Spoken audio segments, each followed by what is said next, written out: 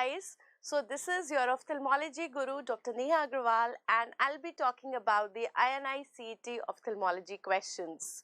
So before starting with the questions, I would like to say that all these questions have been framed on the basis of the recalls, whatever the inputs we have got. So obviously there can be some errors based on the recalls regarding the language of the question, regarding the options or the images, whatever are there. So I think there is no need to get panicky or tense about it. The ultimate purpose of this discussion is to get into the touch that what kind of questions were asked and what should be the approach solving these questions and what are the high-yield topics that are a must before your next exam. So let's get started. The first question is, iritis is seen in all except. Now, though I got this question in this form, many of the students said that it was in a all except MCQ, but I personally feel that it would have been better if they would have asked it in iritis is seen in which options. Nevertheless, the question was asked like this, so we are going to deal in this manner only. Now, if you see iritis, okay, iritis is actually a part of the, it is a part of the iridocyclitis, right? And iridocyclitis is nothing but the anterior uveitis. So, wherever you are getting the anterior uveitis, you can expect that iritis will be present there. Like for example, what we discuss in the classes, acute anterior uveitis with the arthritis. So, there is a DD that we always discuss for the cases where we have acute anterior uveitis associated with arthritis. So, here the first is your ankylosing spondylitis, if you remember, and always it is better to remember in this order only because you know somewhere it sticks to the mind that this is the most common one if you are learning the right order. Then we have got what you call as the Ritter syndrome. Ritter syndrome, these are HLA B27 positive, HLA B27 positive. Then we have got their inflammatory bowel diseases, we have ulcerative colitis as well as the Crohn's disease. Then next to follow is your psoriatic arthritis, and finally we have something called as a juvenile rheumatoid arthritis or juvenile chronic arthritis. Okay, now if you look in the options, they have already given you the ulcerative colitis and the psoriasis. So these two are ruled out because you are definitely getting the iridocyclitis here. Now, one of the option they have given is your Behçet's disease. Okay, now this is not associated with the arthritis, but we know that this is having HLA B5 positive HLA association, and it is actually characterized by a triad. So basically we get ulcers here, oral ulcers are there which are called as the Ephthus ulcers, okay. Then we have got the genital ulcers are also there, and along with this we have uveitis. So though we can get the granulomatous pan uveitis here, but an important kind of uveitis that we are seeing in cases of the systemic diseases, okay. We are studying the uveitis in the systemic diseases, and one of the important ones is the Behçet's disease. So you have the uveitis here, so we can also rule out this that it is also having the iritis. Then apart from this, what are the other systemic diseases where you have uveitis? Like to complete the list, we have sarcoidosis. Then we also have the toxoplasmosis, sarcoidosis, toxoplasmosis. Then we have the Behçet syndrome. So there are so many signs which are important, like in cases of the sarcoidosis, we have the candle wax droppings. Now, if you remember, I always tell you that it is just like a spring season. Uveitis is just like a spring season. So many signs and symptoms, and see, they have asked you a question on that. So, sometimes, you know, little things are also asked like a big question. So, and one thing more, question is not difficult, it is options that make it difficult. So here the problem is not in the question, again the problem is in the options. So they are such a close option, so I'll try to analyze them. So we have got the candle wax droppings. In the toxoplasmosis we have the headlight in the fog appearance, headlight in the fog appearance, this is there. So you have got different things. So that means if you look here, we have already ruled out the ulcerative colitis, psoriatic arthritis and Behçet's. So you have got two options left now. So I think this is the easiest way of doing the things. As I always say, the diagnosis of exclusion, you can get into the answer even without knowing the slightest idea of those options also. So if you go by this way, you already know that iritis is a part of iridocyclitis, is definitely present in ulcerative colitis, psoriatic arthritis and the Behçet's disease. So if I have to give two answers, then obviously the answer will become A plus B. Now, having told you this, I want to show you something else also. I know that will increase your problem, but you should know the right information, because you know next time the same question could be asked with a different option. So this is my responsibility. I think that I should tell you the one more thing.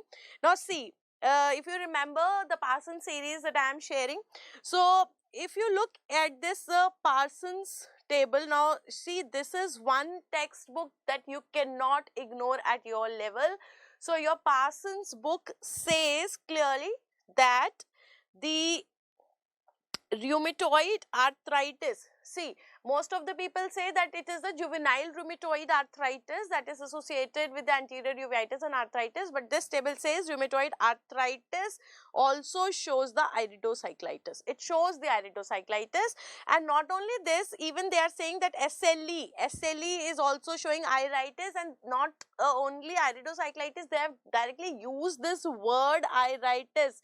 So if you look in this perspective, answer should be none, and this is not new. Previously, so many times also we have been getting such questions in the institute's examination where the answer was none, okay, but you have to mark something there. You will not get the marks for marking the none, but you should know the right thing. These are the two which are having the least chances of iritis and iridocyclitis. Moreover, you are having the other features which are more important. Like for example, if I talk about the rheumatoid arthritis, then obviously if I ask you, you will say that dry eye is much more common. Yes, dry eye, scleritis, episcleritis, these things are much more common. We are not talking even about the iridocyclitis in cases of rheumatoid arthritis, but if I talk theoretically, it can be present, okay. Then if I talk about the systemic lupus erythematosus, again the most common thing that you are getting here is episcleritis, but it can show iritis, and these flowcharts are really important. They are just like your NCERT. Sometimes you are getting question being lifted from there, and that is why I try to show you and include those things in our talks also, because you know even for your internal exams as well as your PG examinations, you cannot ignore these texts. So Parsons is the standard textbook of ophthalmology. So in that sense, it can be present in all. So if it was a question that it is present in, then the answer would have been all. It can be present, okay, but because they are asking a all except kind of a question and minimum two options they are wanting, in which I should say that there is no iritis.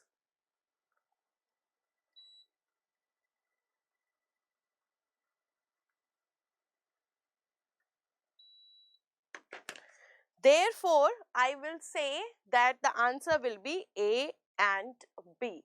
Now, if I have to choose one, suppose they are saying that you have to select one, then go with the SLE. This is your rarest, rarest to get is in the SLE.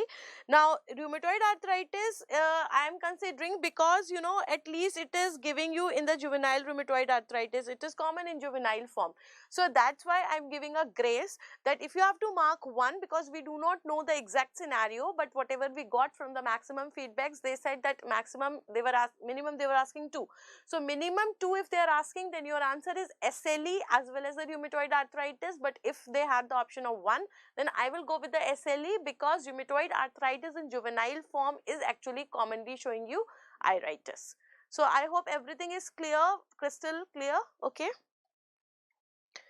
Now, coming to the next question, which of the following statements is false regarding the progression of the ocular hypertension to the primary open angle glaucoma, POAG?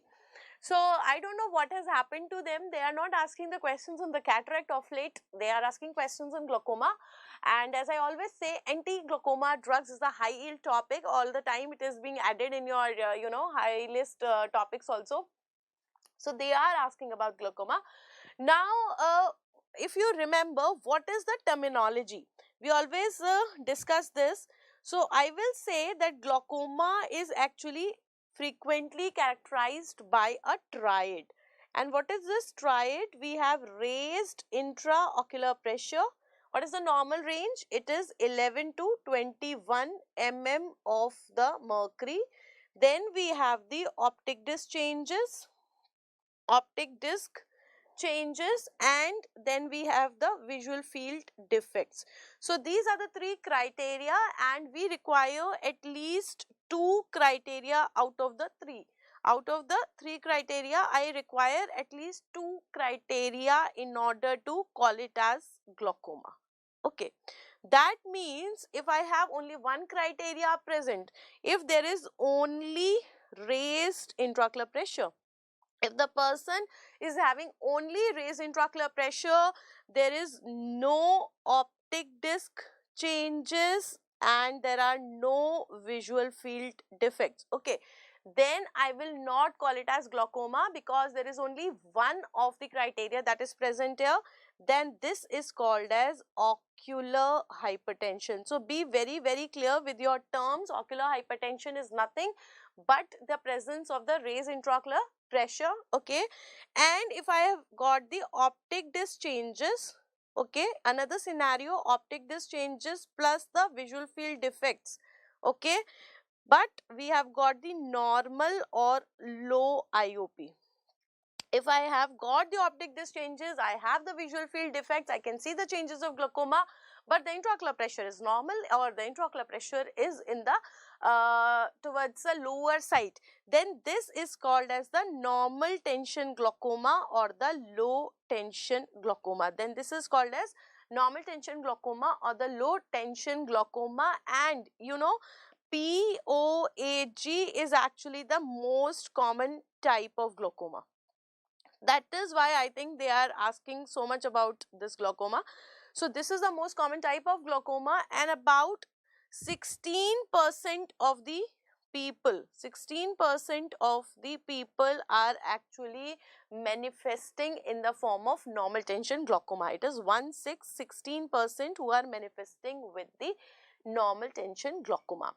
Now, there are certain, you know, school of thoughts that whether we should treat, okay, before looking at the options, I want to discuss about it so that we can have an effective interaction about the options. So, are there any chances of the conversion of this ocular hypertension, in the primary open angle glaucoma? So, yes, ocular hypertension people have the chances of conversion of the primary open angle glaucoma if they have got the high risk factors. So, if they have the high risk factors, then we have to what you call as treat them, because they have the chances of getting converted into POAG, frank POAG. So, what are actually these high risk factors? You have to see this. So, first important thing, as I always try to relate it with the alphabets, one is A. A is for aging. So as the age will increase, there are more and more chances that the person having the ocular hypertension can go into primary open angle glaucoma. Then B. B is the big IOP. So if IOP is quite more, that is more than 30 mm of mercury. Like normal range, you know, is 11 to 21 mm of mercury. So if I am having quite a big IOP, that is more than 30 mm of mercury, again it's a high risk factor, and this person has more chances of getting converted into your POAG. Then coming to third is C. C is the central corneal thickness. Central corneal thickness. So if I have central corneal thickness which is less than 550 microns, if it is less than 550 microns, so in a way I can say if the person has a thin cornea. If a person has a thin cornea, then we have more chances that the patient will be getting converted into POAG. Then coming to the fourth is with D. So increased CD ratio. If I have increased CD ratio which is more than 0.7. So CD ratio, you know what is the normal CD ratio? Normal is 0.3 to 0.4, and it can go even up to 0.6. So if it is more than 0.7, then it is definitely high, and it's a high risk factor that this person can be converting and predisposing towards the open angle glaucoma. Then number 5, if we have the splinter hemorrhages, if the hemorrhages are also present, splinter hemorrhages over the optic disc, obviously that is also a sign towards the raised intraocular pressure going much beyond, because only then the capillary leaks will be there and you are going to see the hemorrhages. So if there are hemorrhages over the optic disc, I can get the high risk. And then I have something called as the pattern standard deviation. So if I am having this pattern standard deviation, this is PSD. So if this is also getting increased, so when do you get this increased pattern standard deviation? This is obtained on the Humphreys. Okay, Humphreys analyzer. So these are your 6 points which are called as the high risk factors. Very, very important. And if you remember, I keep on saying this in classes also, the risk factors are most important. They are always asked. Risk factors of glaucoma, diabetic retinopathy, retinal detachment, cataract, everything. Okay. So whenever the patient has ocular hypertension along with these high risk factors, I must say, if the patient is having ocular hypertension along with the high risk factors, this person should be treated on the lines of POAG. Then nothing, we have to treat this patient on the lines of POAG only, because there are so many chances that this person will develop POAG ultimately. While there is a second thing, when the person has the only low risk factors, or I can say high risk factors are not present. So ocular hypertension is there, but person does not have the high risk factors. We have only those risk factors which are the risk factors of POAG itself. Now, what are the risk factors of POAG? So, number 1, if the person is having the family history of glaucoma is there. Okay, or we have diabetes, hypertension, smoking. These are the common risk factors. Then we have got myopia.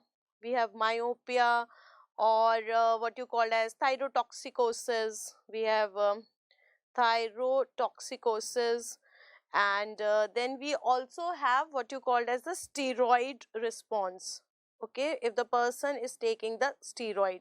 So steroid responders, those who actually show increase in the IOP due to the steroids, they are called as the steroid responders. So I will not say that they are not the risk factors, they are the risk factors, but they are just the low risk factors. They are the risk factors of POAG, but they are not having extra risk. extra risk of conversion.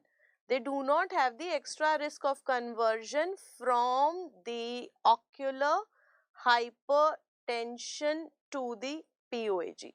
So they have the risk of glaucoma in itself, but they are not having the added risk that their ocular hypertension can get converted into POAG. So this is the basic that you should know.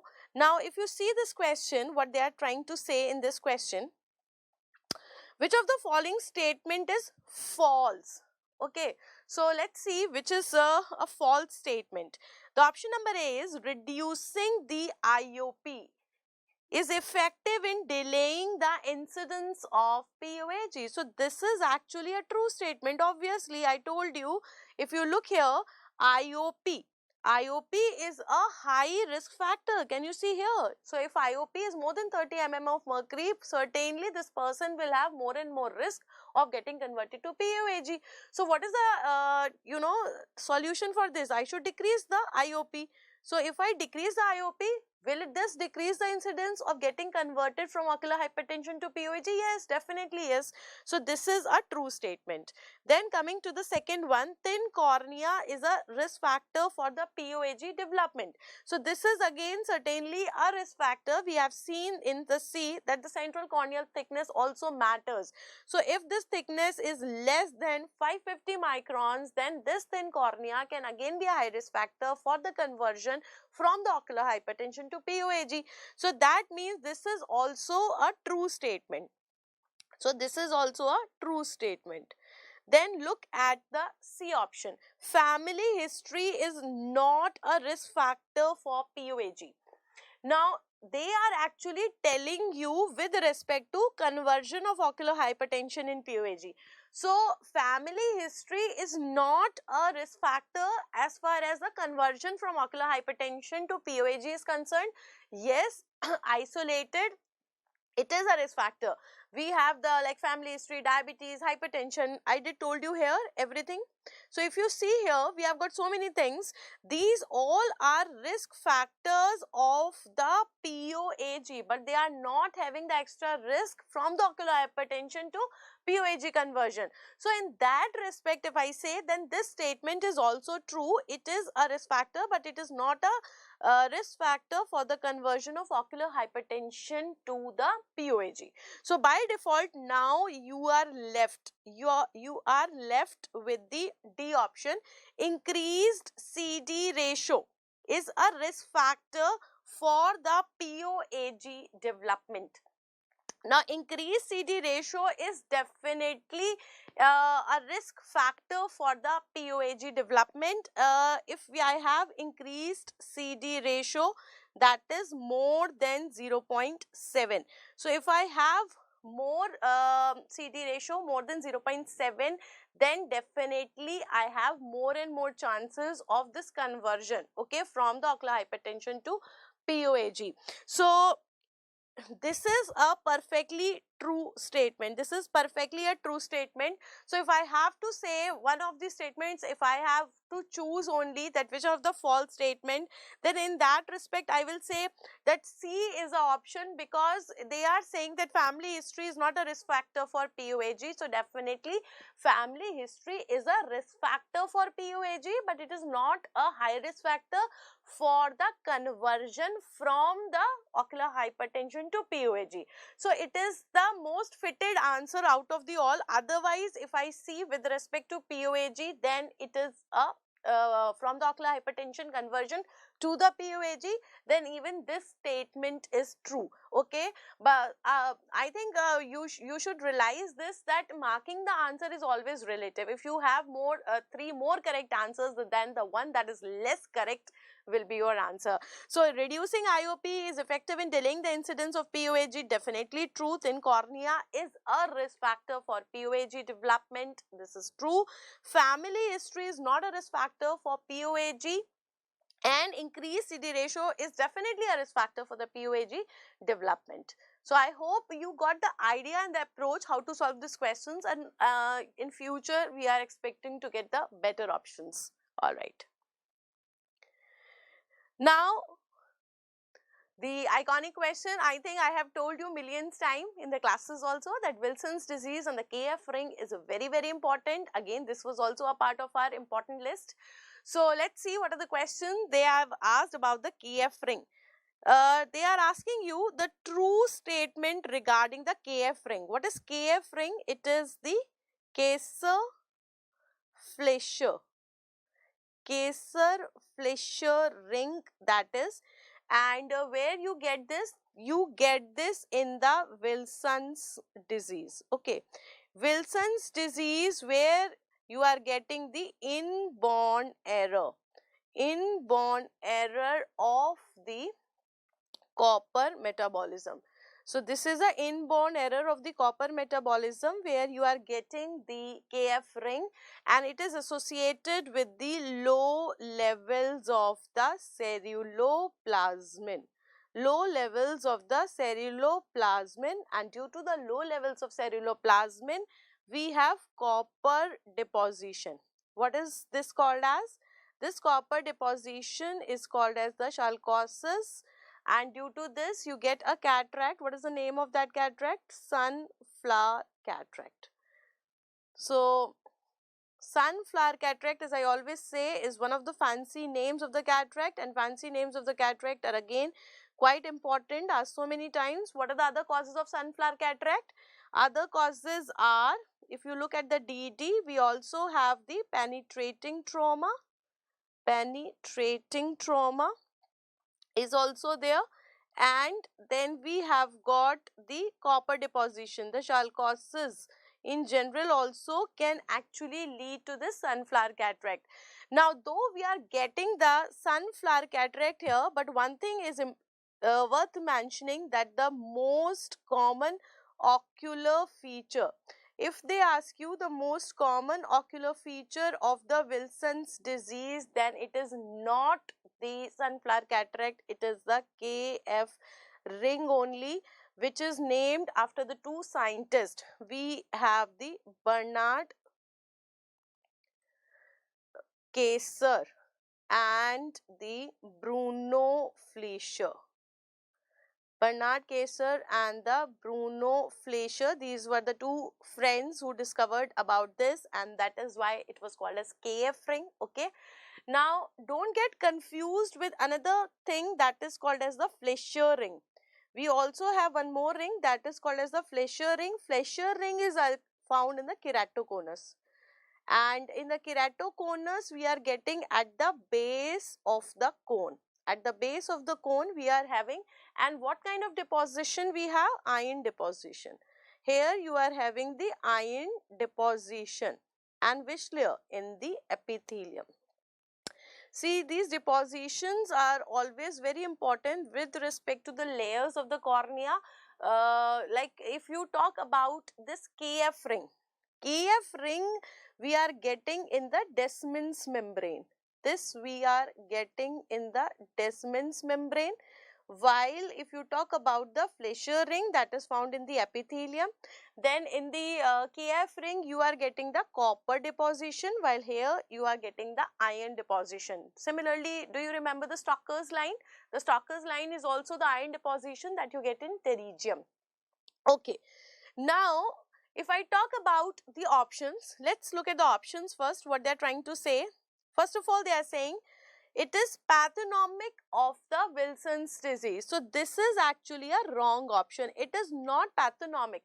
It is the most prominent ocular feature of Wilson's disease. It is the most common feature of the Wilson's disease in the eye, but it is not pathognomic, because pathognomic means that it is exclusively found in the Wilson's disease. If I am getting KF ring, that means Wilson's disease, that's it. So it is not like this, because you can get this in the primary biliary cirrhosis.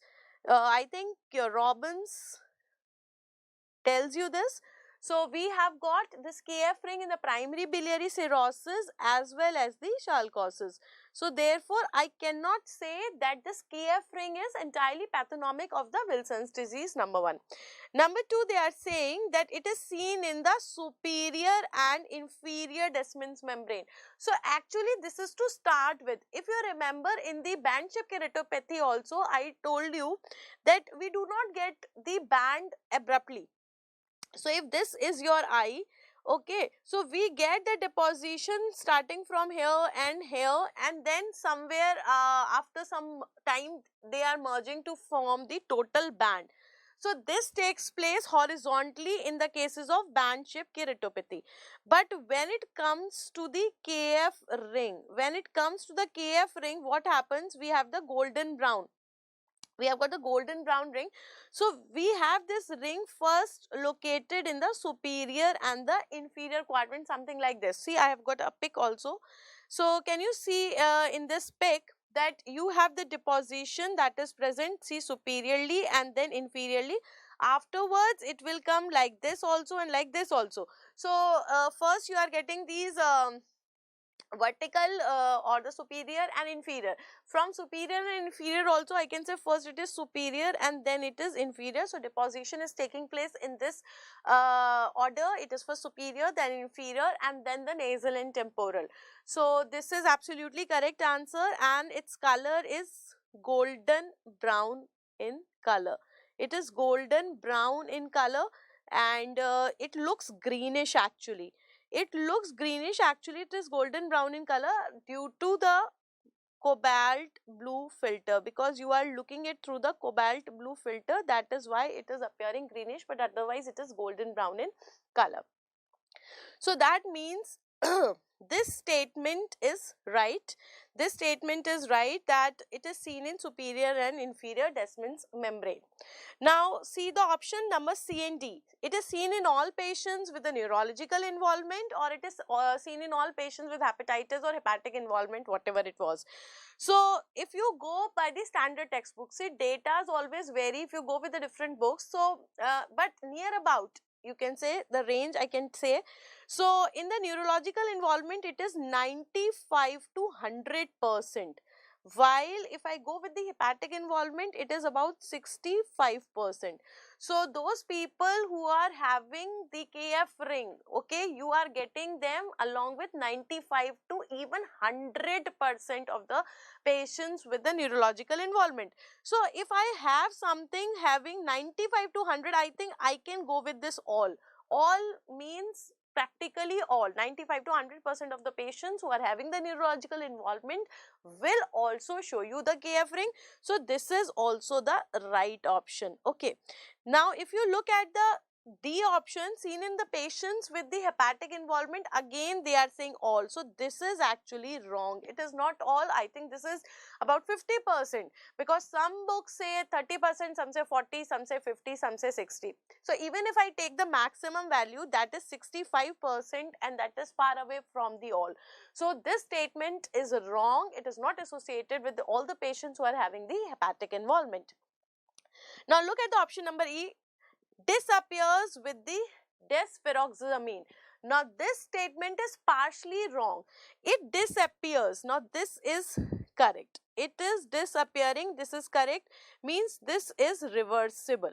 The KF ring is reversible. This is correct, but it is not reversible with the desferoxamine.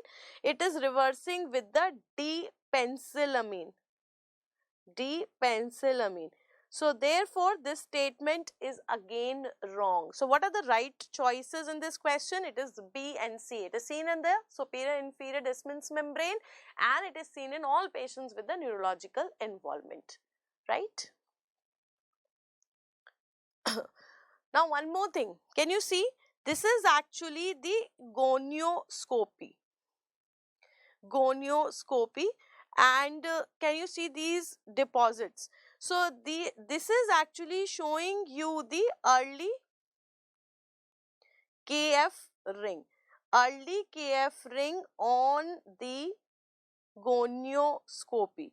When you have the late KF ring, when you have got the superior inferior quadrants made, or when you have total ring made, you can see it on the torchlight, or you can see on the slit lamp examination. But the early KF rings are not visible on the slit lamp examination. They are visible by the gonioscopy. What was gonioscopy? Gonio means angle. So, angle of anterior chamber, and scopy means the visualization. Scopy means the visualization. So, visualization of the angle of anterior chamber is actually called as gonioscopy. And you know what are the structures that are visible in the angle of anterior chamber? There are 5 structures. We have the root of the iris. Okay, then we have ciliary body band, then scleral spur, trabecular meshwork, and then we have the Shalby's line, So, if I talk about this Shalby's line, what is Shalby's line? It is the termination. This is actually the termination of the Descemet's membrane, and Descemet's membrane may show the KF ring. So, that is why whenever we have got the early KF ring, they are just located in the ends of the Descemet's membrane. So, they can be seen on the Shalby's line, and the Shalby's line will be seen only on the gonioscopy. So, sometimes even this question could be asked that if you are suspecting the KF ring, but you cannot see it, then what else you can do? You can do the gonioscopy and you can confirm it on that. Alright. Okay. Now, the next question, which of the following are used for the diagnosis of fixed dilated pupil? Now, this is a very simple question that we discussed in the flowchart of an Anisocoria. The only problem is, I think there was some problem. The 2 options were same, or with the pilocarpine, or they were not showing some concentration. But as a common sense, we have taken the 2 concentration, 1% and 0.1%. So, let us discuss that chart and then we will come back.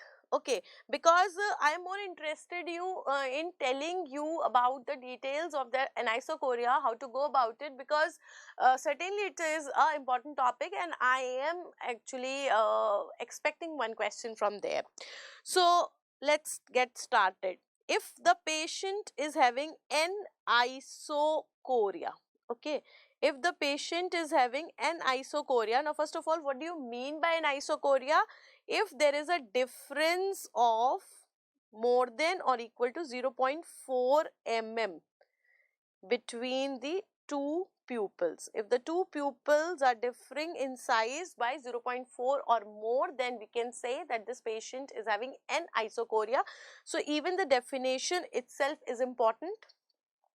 Now, how to interpret it? You have to see that whether this Anisocoria is increasing in the dark conditions or whether this Anisocoria is increasing in the lighted condition.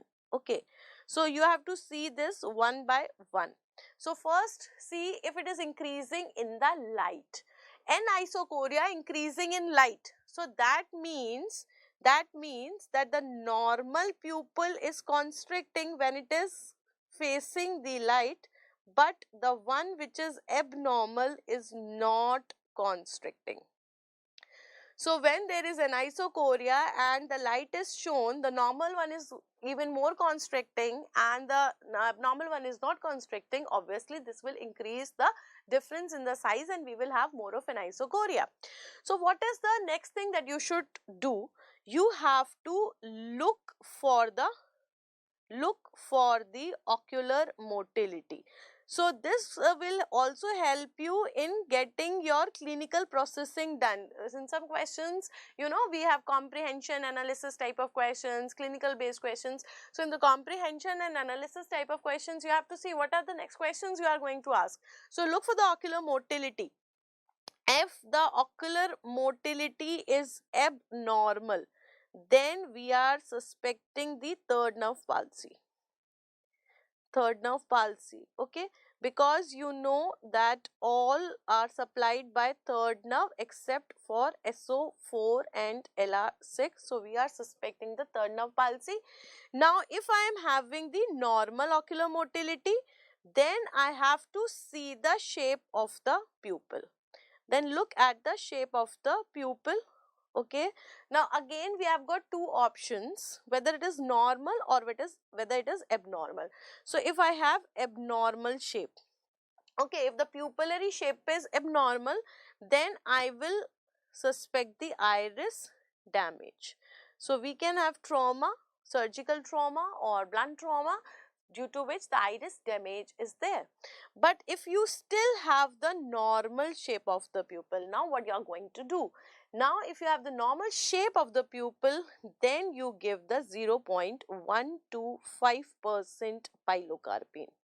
So this is the first concentration, see, that I am using here. This is 0.1%, 0.125% pilocarpine. This is very diluted form. So this is very diluted form of pilocarpine. So when you give this pilocarpine, there are only two options. Either the pupil constricts, or it is showing no constriction. Okay, so if the pupil is constricting, then the diagnosis is very clear. Then it is the AD's tonic pupil. AD's tonic pupil. Then this is very clear, because you know in the AD's tonic pupil we have got a lesion in the ciliary ganglion. So because you have a lesion in the ciliary ganglion, okay, so we have got what you called as a denervation sensitivity, and therefore it is the only type of pupil which is constricting with such a diluted version of pilocarpine which is there. Okay, now suppose it is not showing the constriction. So if the pupil is not showing the constriction, then you give the 1% pilocarpine. Okay, then we give the 1% pilocarpine. So this should be the second dosage of pilocarpine that have been used in the question. Now again there are two possibilities. Now you get the constriction or not. So if the constriction, look for the constriction now.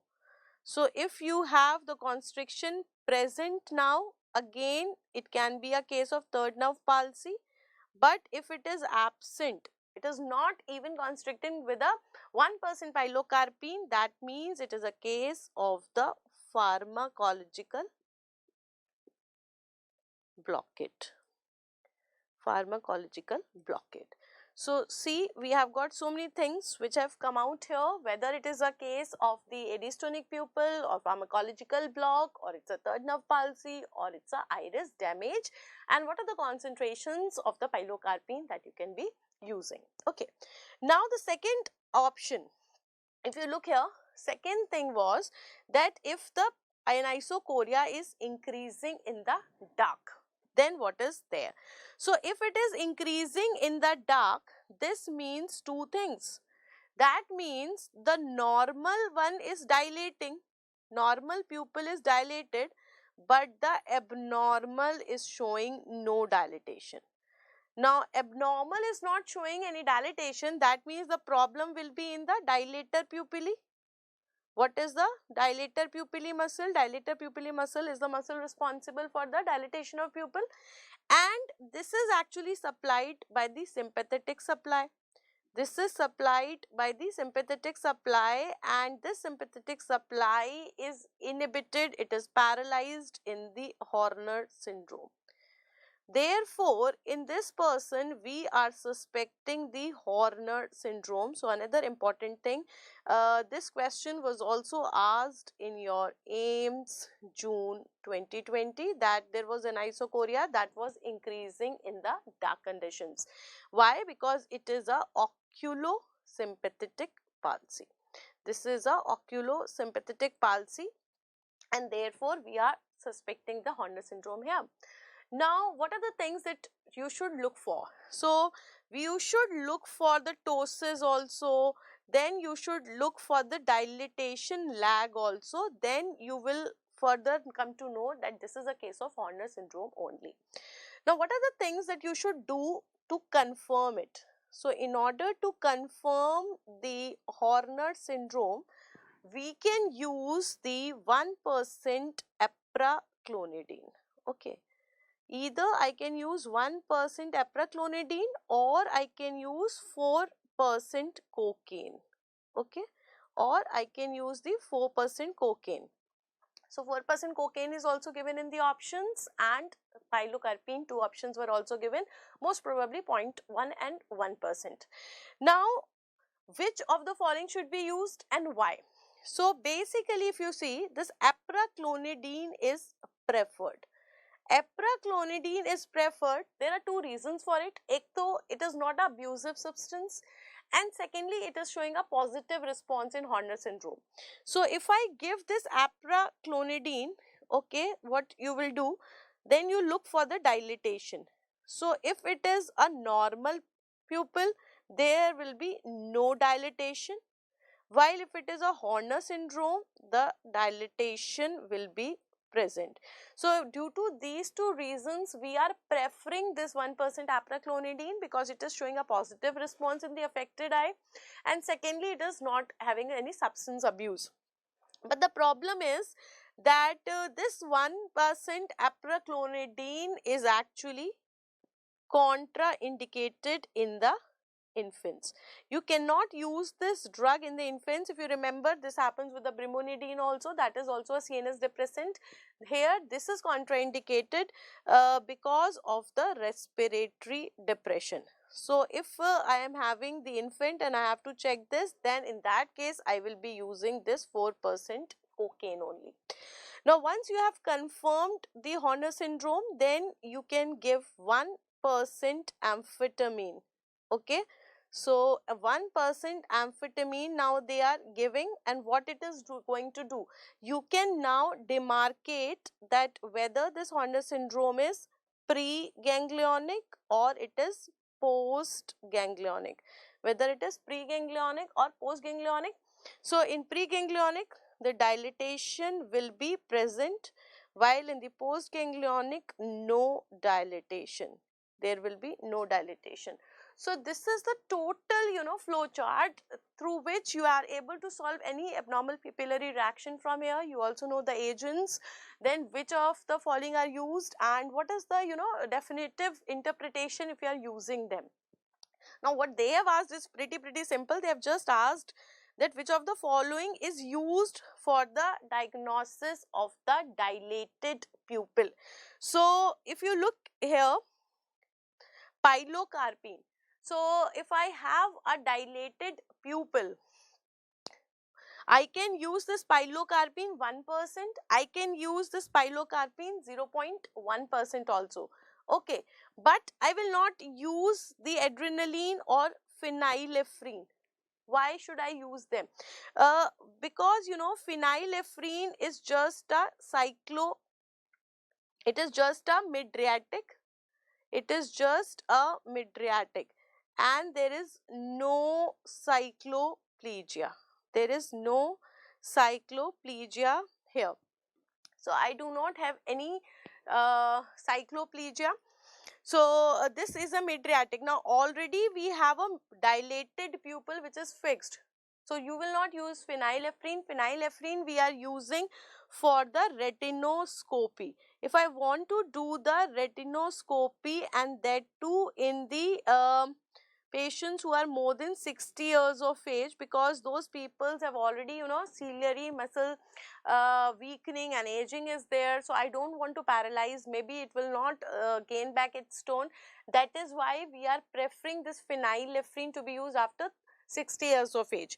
Then we have adrenaline. Adrenaline is a sympathetic supply, so this will further dilate, so this will also act as a midriatic, so obviously there is no use. Okay, now as far as the cocaine is concerned, So again, there is no use of using cocaine here. So we have got two options, right? Which of the following will be used for the diagnosis of a fixed and dilated pupil? I want to constrict it and see whether it is constricting with 0.1 to 5%. If it is constricting, then it is the edystonic pupil. If it is not constricting, then we will try with the 1%. So both of the answers are right.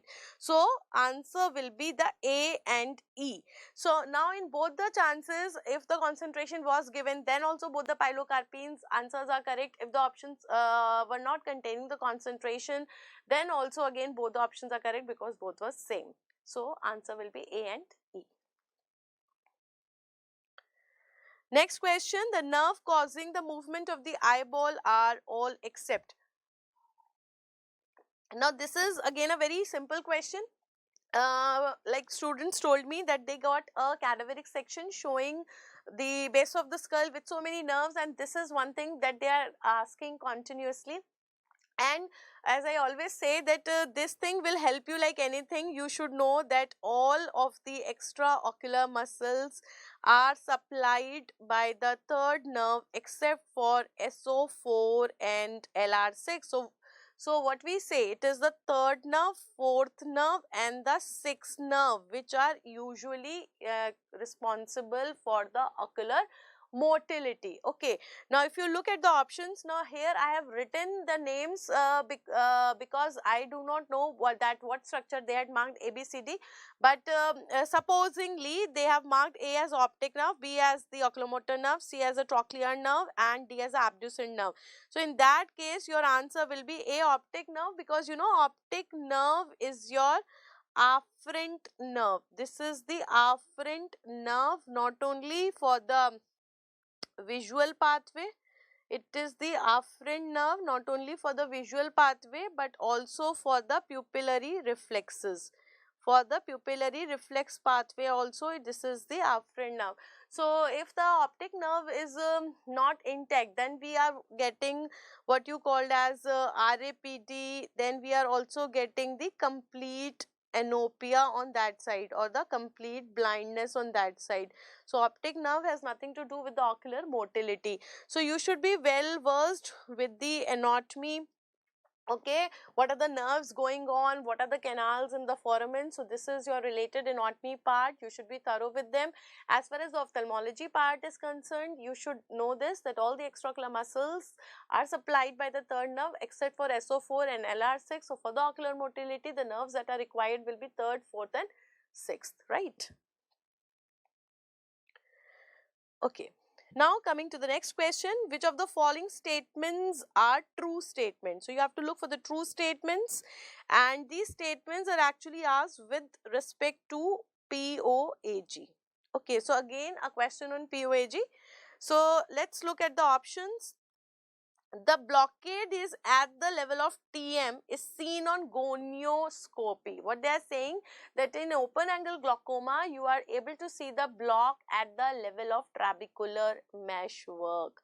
So now this is a tricky question, because when I say, if you remember, when we classify the glaucoma and we draw the diagram, these are the layers of the cornea, and this is your iris, the ciliary body, the lens. Okay, and you know that from the ciliary processes is the formation of the aqueous humor. So this aqueous humor is actually passing through this pupil, it is coming in this anterior chamber. Okay, and then it is passing through this angle of anterior chamber. Okay, and then it is passing through this sieve like meshwork. Then you have got a oval canal, then you have got this aqueous vein, and then we also have the episcleral veins. Yes, it is something like this. So whenever we have some problem here, this is called as the angle closure glaucoma. Then this is called as the angle closure glaucoma, when you are not able to see any of the structures which are lying in the angle. So I told you that what were the structures, like we have the root of the iris, then root of the iris, ciliary body band, scleral spur, trabecular meshwork and the shawl base line. So if any of these structures are not visible, there are chances that there is a obstruction in the flow of the aqueous humor, and that is called as the angle closure glaucoma. Then we say that if there is some blockade, at the level of the trabecular meshwork, so trabecular block leads to the open angle glaucoma. Yes. Now this is a tricky question because they are saying that you are able to see this trabecular meshwork blockade at the level of gonioscopy. So this is wrong. You are not able to see the blockade at the level of trabecular meshwork in the gonioscopy. What you are seeing on the gonioscopy, I am able to see the trabecular meshwork, but I am not able to see the block. Moreover, if I talk about the primary open angle glaucoma, okay, now when I am seeing the block, that block is actually seen due to the secondary open angle glaucoma. So in the secondary open angle glaucoma, like it can be inflammatory glaucoma, or it can be a pigmentary glaucoma, or we can have the phacolytic glaucoma, or we can have the phacotoxic glaucoma. So whenever we have the known cause of the blockade of the trabecular meshwork, then you are seeing, but again that is not seen on the gonioscopy. Second important thing is that when I am talking about the primary open angle glaucoma, so you have no known cause for the trabecular blockade. So I am not having any known cause for the trabecular blockade, so I am not able to see any blockade. Otherwise too, I am not able to see the blockade on gonioscopy. I am able to see only the trabecular meshwork. Then the third important thing is that what is actually the main problem that you are getting in cases of open angle glaucoma. What you are getting is actually the trabecular sclerosis and not the blockade. So we are getting the trabecular sclerosis, that is the thickening. This is the thickening which is seen at the level of the trabecular meshwork, and due to this thickening, what is happening, because you are having the thickening at the trabecular meshwork, there will be, a closing of the trabecular spaces. So there will be closing of these trabecular spaces, and due to the closing of these spaces, there will be decrease in the aqueous outflow. So basically it is the decrease in the aqueous outflow which is taking place in the open angle glaucoma due to the trabecular sclerosis thickening, and this is due to the unknown cause. We do not know what is the exact reason why we have the thickening, but we have the thickening and that leads to decreased aqueous outflow. So this option is wrong. Then the second option is family members are at 1% more risk of developing the open angle glaucoma. Now we already know that open angle glaucoma has this tendency. If I talk about the primary open angle glaucoma, then it has a genetic predisposition. It has that genetic predisposition. Okay, and therefore we have a strong family history. We have got gene mutations which are responsible. So we have got what you called as the optineurin. These are the genes which are responsible. Then we have the myocilin, and then we have the WDR36. So these are the genes which are actually responsible, which are located on the chromosome number 1. So these gene mutations are responsible for the causing of the open angle glaucoma, and certainly the family members are at risk. So if I talk about the family members are at risk of glaucoma, but it is 10 times more risk as compared to the persons who are outsiders. If I talk about the siblings, then in the siblings it is the 4 times more risk. So the 1% is actually wrong. If I talk about the family members, there is 10 times more risk of having the open angle glaucoma. For siblings it is 4%.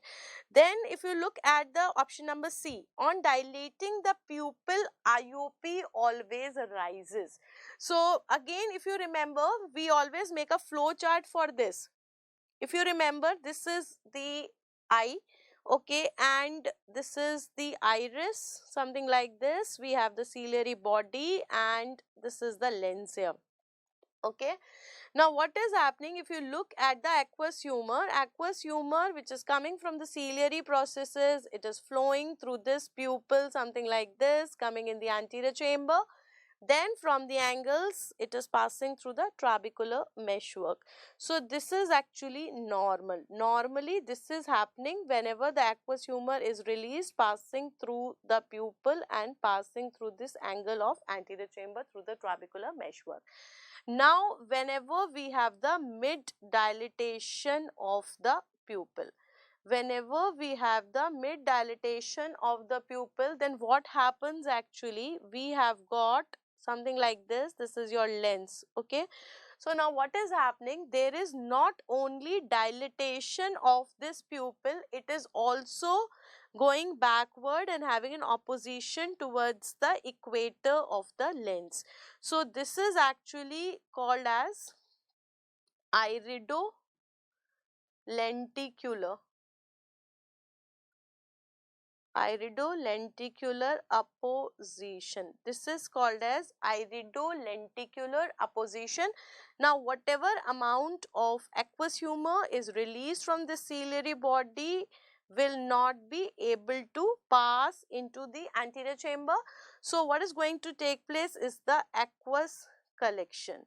So, there will be aqueous collection behind the iris. Now, due to this aqueous collection behind the iris, we have a lot of pressure building up behind the iris, and a time will come when this will push the iris anteriorly. So, as soon as the iris is pushed anteriorly, what is going to happen? Something like this. So, this iris is pushed anteriorly like this. This iris is also pushed anteriorly like this because of this aqueous humor pent up pressure. So, what is happening? This is something what is called as the iris Bombay formation. This is called as the iris Bombay formation because we have got ballooning of the iris towards the cornea and we have the iridocorneal contact, and we have the iridocorneal contact which lead to the sudden attack of, this is leading to sudden attack of the acute congestive glaucoma. So, all this is taking place. This is true whenever there is actually pupillary dilatation, there is IOP increase, but this is not for the open angle glaucoma, this is for the angle closure glaucoma. So, if this takes place chronically, there can be formation of pars. This is your peripheral anterior synechiae, and due to the formation of this synechiae, we can have the synechial angle closure glaucoma, synechial angle closure glaucoma, and this is a kind of what you called as chronic congestive glaucoma. This is a kind of chronic congestive glaucoma. So, this is the whole cycle that is taking place due to the pupillary dilatation and the rise of IOP, but it is not due to the open angle glaucoma, it is the angle closure glaucoma. So, come back to the question now. If you see here, so option number C, on dilating the pupil, IOP always rises. So, this is a wrong option with respect to the PUAG. Now, if you see the D option, visual field defects can be there with the normal CD ratio. Now, this could be there. Why? Because I told you that if you look at the triad, we can have the triad. So, in the triad, I have the raised intraocular pressure, I have the optic disc changes and the visual field defects. And what I said that even if two of them are present, I will call it as glaucoma. So, if I have the raised intraocular pressure, okay, and I have the visual field defects, then also I can have glaucoma even if I do not have the optic disc changes. Now, the question is that how come then the visual field defects are there? Okay, sometimes when you are thinking more, then also that creates a problem. how you can get the visual field defects when you are not having the optic disc changes? They can be the early changes. If I am having the early changes in the optic disc, so what happens when there is early changes in the optic disc? These changes are taking place at the level of the nerve fiber layer. Now, because these changes have not reached up to the inner part, so they are not affecting the CD ratio there, but they are there so that they can be causing the visual field defects. That is why this statement is actually correct. One can have the visual field defects even in the presence of the normal CD ratio, right? Now, looking at the option number E, first degree relatives have more chances of steroid response. Now, this is again the right option. It is true. Now, what is the meaning of this? Steroid response. So, if you remember, I always tell you one mnemonic, that is GTCS. Okay, we always do this mnemonic. That means the topical steroids have more chances of glaucoma, while the systemic steroids have more chances of cataract. That means those people who are actually taking the topical steroids, those patients who are taking the topical steroids, they have the chances that there can be raised intraocular pressure, and these people are called as the steroid responders. These people are called as the steroid responders, and obviously there are more chances, if there is a family history of glaucoma, then there are more chances that this person will be behaving more as the steroid responders. Okay. Therefore, the answer to this question is D and E. We have got the visual field defects that can be there with the normal CD ratio, and we have got first degree relatives, because you know glaucoma has a genetic predisposition, and we have always the risk in the first degree relatives as well as the siblings also. That is why the first degree relatives also have more chances of being the steroid responders. So that's all with the ophthalmology questions. I hope you understood them, and I have tried to take the topic at large, because actually it is not the question, it is the concept that is important, it is the topic that is always repeated, and it is the approach that is important towards the question what you are taking, and obviously the knowledge goes by.